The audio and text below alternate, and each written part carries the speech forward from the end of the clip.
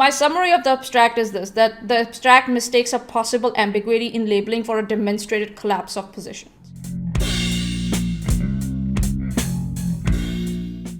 So we have already done this over here. If we allow G to represent the proposition that at least one God exists, or God exists, right?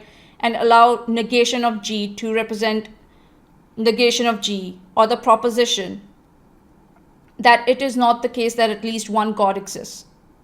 Then with B as the epistemic deposition towards the God of belief, we then can define theism, atheism for any subject S as follows. So he goes through different definitions of theism, right? Weak theism, atheism, weak atheism, then agnostic. Then he goes down to contradictories, which I will explain, and then contraries, and then subcontraries, and then alternations. Don't worry about these functions and stuff. I will explain it. Don't worry about it. And then the canonical square of opposition. This is the famous diagram he's always referring to, right? So I will explain all this in simpler terms, because we don't need all this jargon. It's like we don't need it. Once you get what the purpose of the paper is, what it's trying to demonstrate, you don't need all this jargon a lot. The first three definitions are not that complex, right? So the first one is theism, the belief that the proposition G is true, that I just said, right? If I bring my image up again, BSG, it's that subject believes that God exists, or at least one God exists, right? According to Steve. Weak theism, which is the third thing in this, no, not the thing, sorry, the fourth one, right at the bottom, which says subject does not believe that at least one God does not exist, right? That's what weak theism is, according to Steve, right? And then it says, if a theist believes the proposition G to be true, then by rational commitment, they must not believe G to be false. He has changed from belief to whether it's true or not, right? Existence and true are two different, truth are two different things. You could say that truth is a claim of knowledge, actually. And that's also another thing I think Steve has made a mistake on when he talks about that knowledge is a subset of belief, right? Therefore, you need to have belief in something to have knowledge of it. I think so he's got it wrong there too, but that is for another day. So weak theism is the fourth one, right? Subject S does not believe that God does not exist, or that subject S does not believe that at least one God does not exist. So then it says, if a theist believes God exists, it would be contradiction to all simultaneously believe that God does not exist. The contradictory belief of G would be the belief of negation of G. And as such, we can define the atheist contradictory belief as negation of G as atheism. So what he's saying, the contradictory belief of that belief that God exists would be the belief of that God does not exist, or the belief, and such as we can define the atheist contradictory belief of God does not exist as atheism. Atheism, the belief that G is false. I don't know why he has turned as to something what exists and does not exist into true and false statements. He has switched it. I don't know why he's done that. You don't need to do that. I don't know why he's adding this true and false thing right over here. I don't get it. I don't get it at all. Then he goes on. So he's saying that atheism is the second one on the screen, on the image, that the subject believes that God does not exist. That's what he's saying. And then he's saying weak atheism is, right, the non-belief of the proposition G, which is the second one? No, not the second one. The third one, that the subject does not believe that God exists. Right?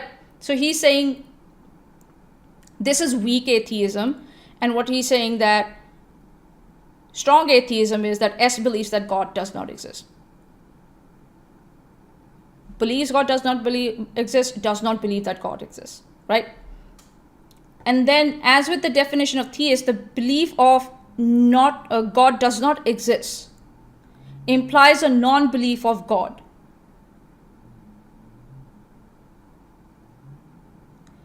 That is not true.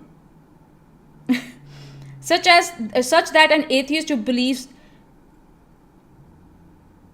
God does not exist does not believe that God exists. Does not believe that God exists.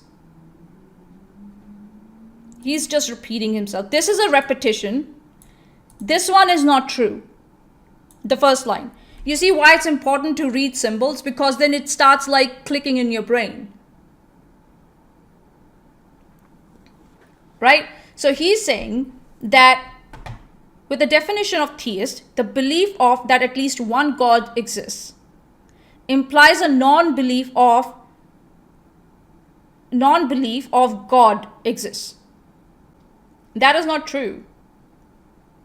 Then we go to agnostic, the non-belief of the non-belief of that at least one God exists, and the non-belief of that at least one God does not exist. I think so Steve did not realize when he went with, at least one God exists, and then you go to the other side of at least one God does not exist, what it becomes. I think so his foremost mistake was that.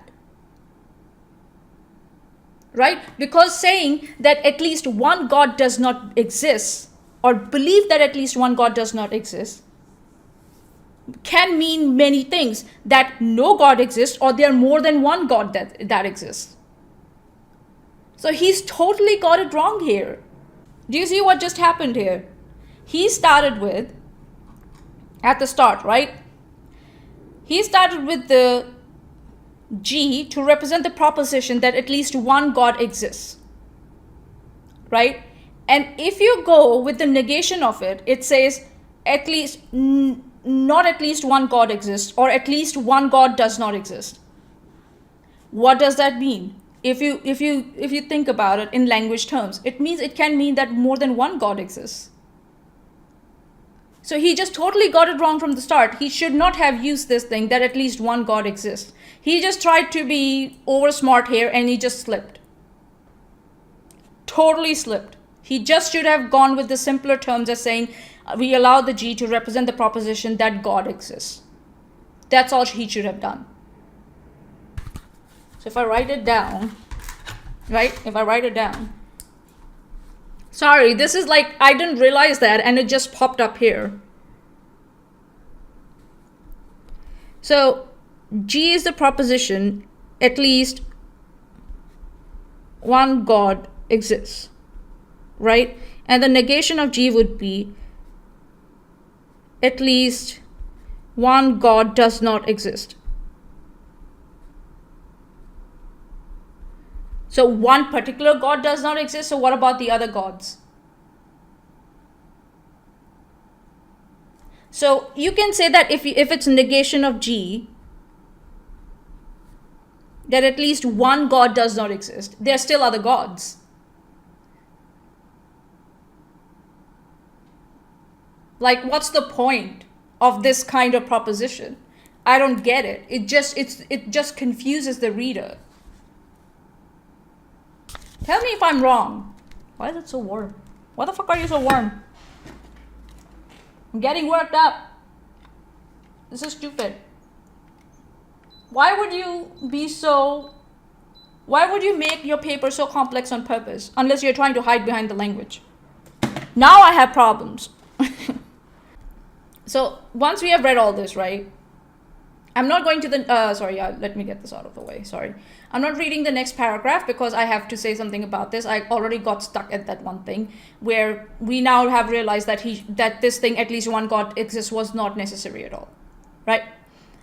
So we know what the paper defined theism as, believe that God exists, defines strong atheism as, or just calls it atheism here, that believe that God does not exist. Weak atheism as non-belief in God's existence, and then weak theism as non-belief that God does not exist. And then we'll read further what it defines agnosticism as, right? Sorry, if I go here, the agnosticism, it says the non-belief of G and the non-belief of negation of G, right? So agnosticism as having both non-beliefs together, not believing God exists and not believing God does not exist. I'll try to be a little fair here. I put the point in my notes, right? The setup is not the problem, right? It's the purpose of the argument. Setup is pretty clear, yeah. And once you grant those definitions, we can talk more coherently, right? About strong and weak positions. We already actually made sense that this position was not required at all. This is just adding more confusion, right? So that's why it's important to understand what symbols mean, what definitions are, and why we are using some definitions, right? So the important thing is that we need to keep a track of what kind of relation exists between all the positions, right? So let's make it clearer now. Strong theism is narrower than weak theism. Strong atheism is narrower than weak atheism. Agnosticism is the position where both positive beliefs are absent.